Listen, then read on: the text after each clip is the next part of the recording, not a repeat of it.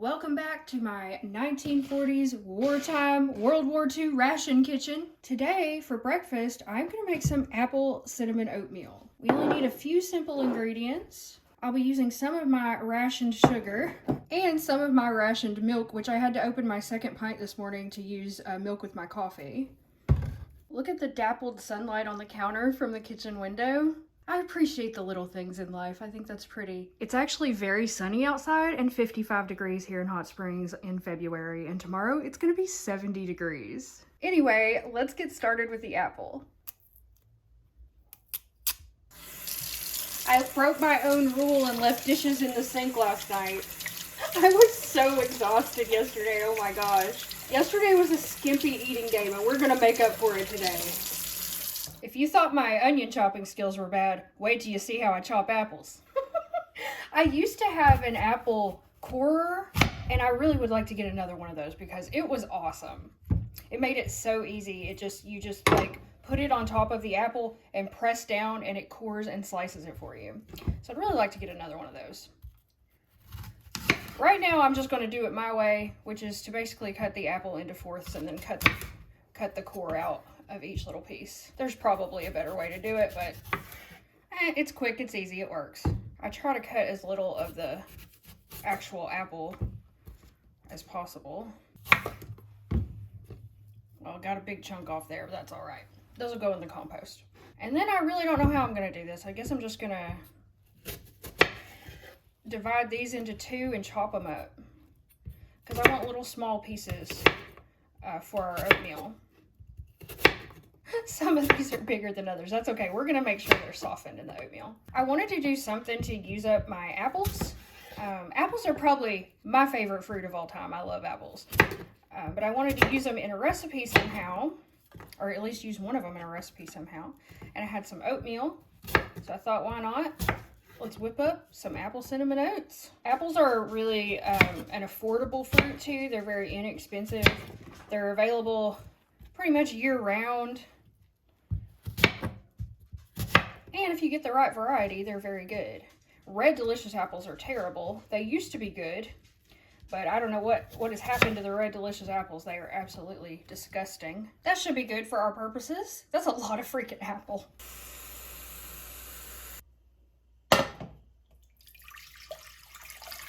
I'm gonna simmer these apples in water for about 5 to 7 minutes just to soften them up. So I finally got some good sleep last night, y'all. Finally. Like, I put myself to bed and I slept for like 10 hours. So I feel a lot better today. I'm ready to take this on, ready to cook for us today. I am 4 days into my 1-week World War II ration experiment, and I have not run out of any of my rations yet. And it looks like I'm going to be able to stretch everything all the way to the end of the week and further. Some of this stuff, I'm definitely not going to use all of it. So I feel like my grocery bill for next week is going to be super low. I am running pretty low on oats. Let's see what we've got in here. Definitely enough for today, but this might be it for the oatmeal for the week. I think I'm going to buy another canister with my points, with my ration points for next week, because I love oats. I'm going to measure out about half a cup for today's recipe. If I have half a cup in here, oh yeah, I do.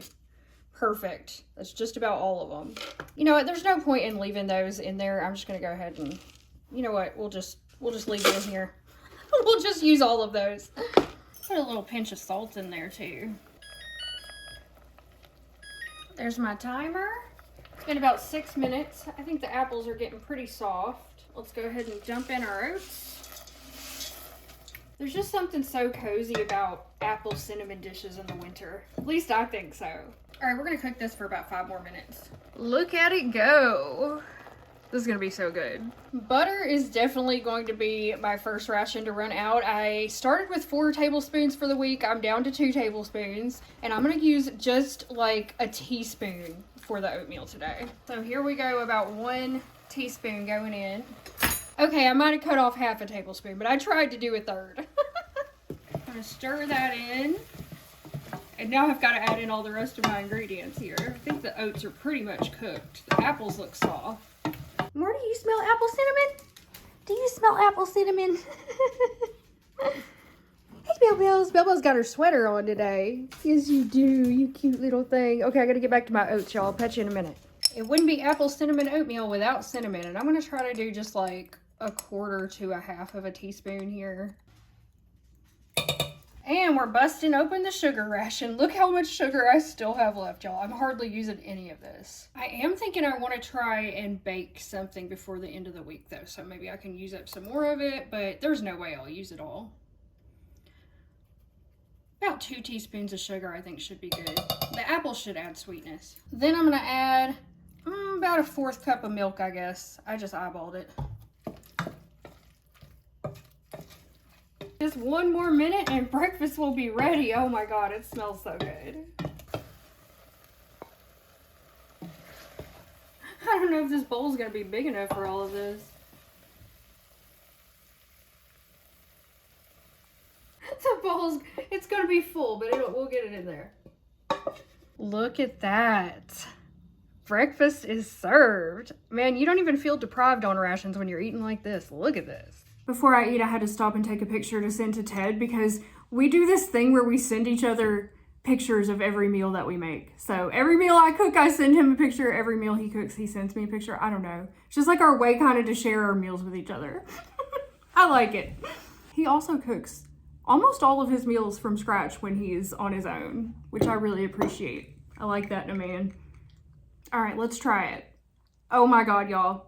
This tastes like the best apple cinnamon oatmeal I've ever had in my life. It is so good. I will definitely make this again. I love it. It's super easy and cheap to make too, and I bet it would be good with brown sugar in it instead of white sugar too. I got paint on my sweater. I washed it and didn't come out. It adds character. I've had this sweater for like years and years. I got it at the Goodwill bins in Colorado. It's my favorite sweater. It's got a big old hole in it. It's got paint on it. It's my comfort sweater. It's like my blankie, you know? I'm gonna eat my breakfast and I'll be back here at lunch. As you can see, night has fallen and I'm getting ready to make dinner. Today is gonna be another 2-meal kind of day. I've never been big on eating 3 meals a day, and sometimes it's hard for me when I get busy and I'm like, I just don't have the time to cook 3 meals and I'm not hungry for 3 meals. So today's another 2-meal day. I don't know what we'll do the rest of the week. I'm just winging it and trying to be realistic about how I'm using these rations in my everyday life. So today we had that delicious cinnamon oatmeal for breakfast, and now I'm gonna make a chickpea vegetable stew for dinner. And yeah, unfortunately, we've got to use another green potato because that's all I have. Look at these things, man. So if they were not green, I would not peel them, but because I have to get the green off because that's toxic for you, so let's peel that sucker. Oh my God, look at that. That is just so bad. Last time I made these though, I peeled all the green off and I didn't have any problems. Like, it didn't give me a tummy ache. It didn't make me sick. As long as it's not all the way green all the way through and you get all of the green off of it, it's usually fine. But these are the worst potatoes I have ever seen as far as being green. But I'm not going to waste them because there is good potato meat in there, all right? We just got to get all this toxic shit off of it.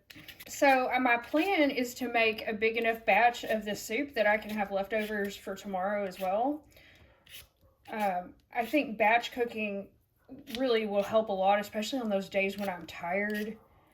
To have some leftovers in the fridge I think would be really nice. I am slowly starting to get my sleep schedule back on some kind of schedule. I don't know. Okay, I think that's pretty good. I think I got all the green off. I'm basically just going to use some of all of the vegetables that I currently have available in the stew, except for the broccoli, because I want to roast that. And I might do that tomorrow night. We'll see. I don't know. We'll see how far this soup goes, or the stew goes.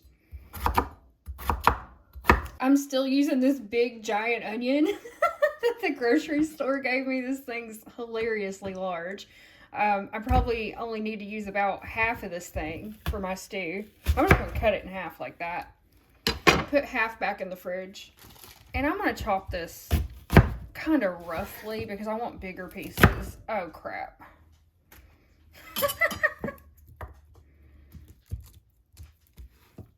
I don't know what I'm doing. I want bigger pieces of onion in my stew is what I'm trying to say. I am going to cook these a little bit, though, before we put them in there. But I want big old chunks like that. I'm getting out my big boy pot for this one. This is how much of my lard ration I still have left. Quite a bit. So I'm going to use some of this to cook the onions in before we start the stew in there. I don't know, just a hunk, just a spoonful. That should be good. Let's get our onion chunks in there with the melted fat. Now I'm not going to try to cook them all the way through because they are going to simmer in the stew, but I just want to get them cooked a little bit. Oh, you know what? Maybe I'll throw some garlic in there too.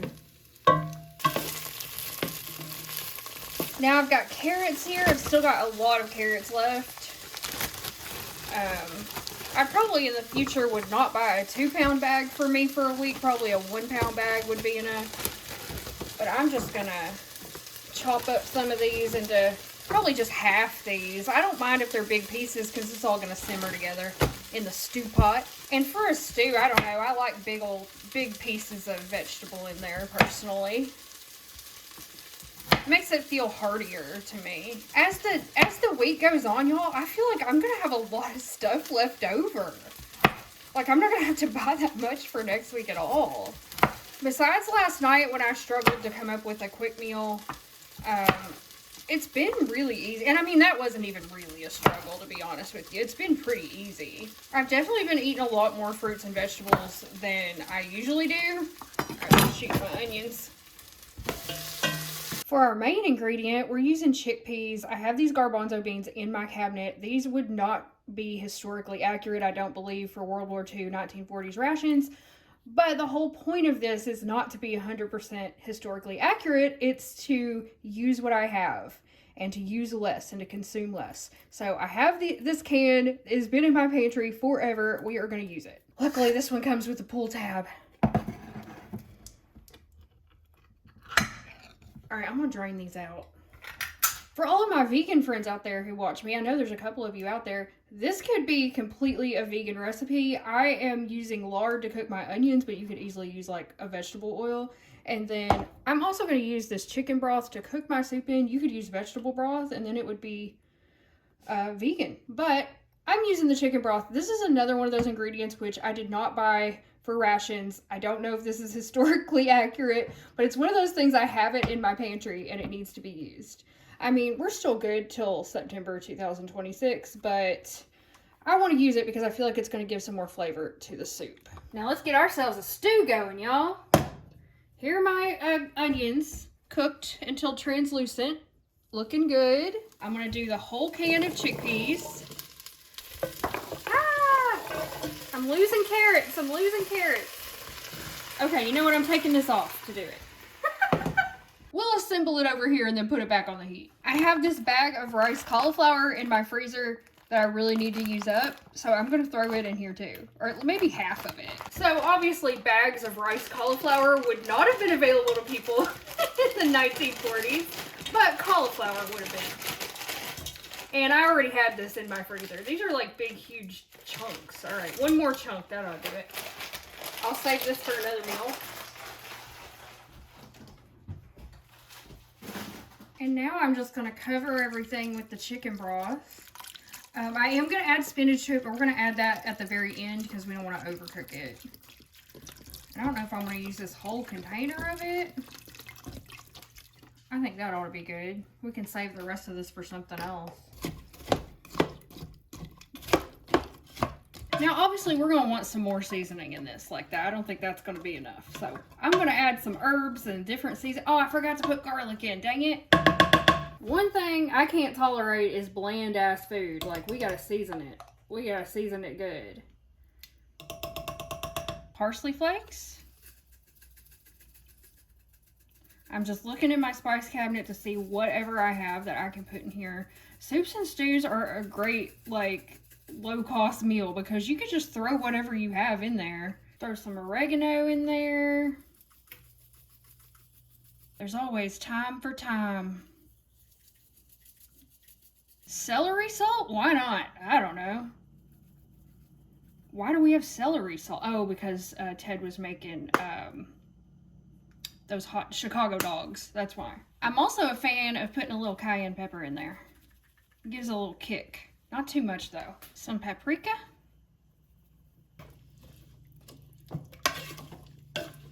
Salt. Regular salt. Black pepper. And I think I'm gonna leave it at that for now. And then once it's cooked for a while, I'll give it a taste. Oh man, it's looking good already.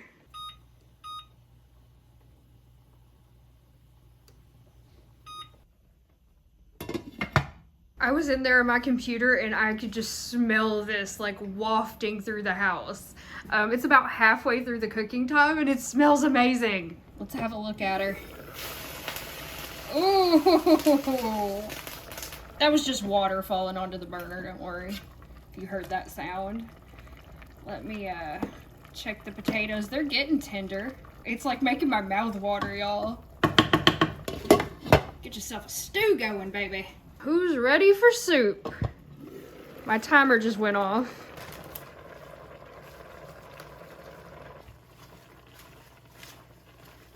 This might feed me for like 3 meals, seriously. This is a lot. But that's nice. It's nice to have leftovers sometimes.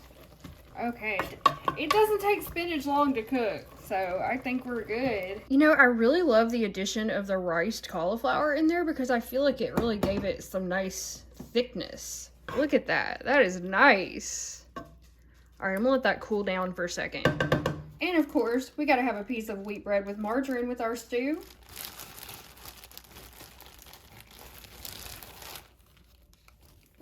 This is what my loaf is down to. I've got about 1, 2, 3, 4, 5, 6 pieces and 2 heels left. I set the margarine out for a minute this time, so hopefully it would like soften up a bit. It's still a little hard, but one thing I definitely don't see myself running out of is margarine. I barely use like 2 tablespoons of this all week, but I guess if I run out of butter, I will. I'm gonna slather it on, man. Yum.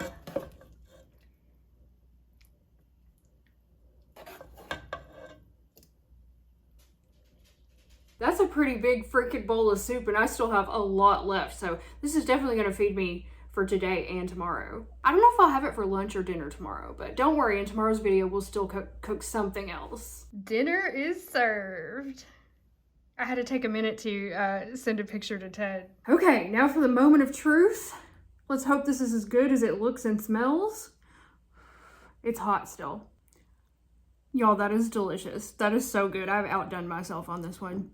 That is so good. Really, the little bit of cayenne that I put in there, it's mwah. It like just gives it enough of a little kick. It's so good. And I love the rice cauliflower gave it like this creamy, I don't know, it almost reminds me of the consistency of like potato soup. Like, look at that. It gave us like this creamy thickness. It's so good. It's delicious. I'm so happy that I have more of this to eat tomorrow.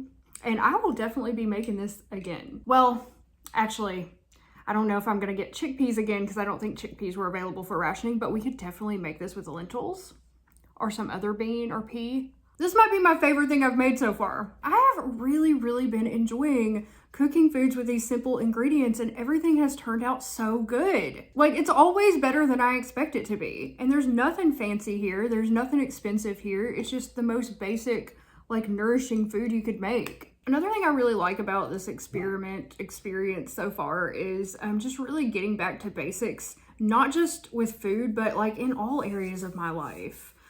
We overcomplicate things so much, or at least I do. I can't speak for anybody else. I tend to overcomplicate things, and it's really not necessary. Like, you can just eat the simplest food. You can make the simplest choice. But this whole thing is really teaching me, again, making me see, again, the value of simplicity. And it makes me happier when things are simpler.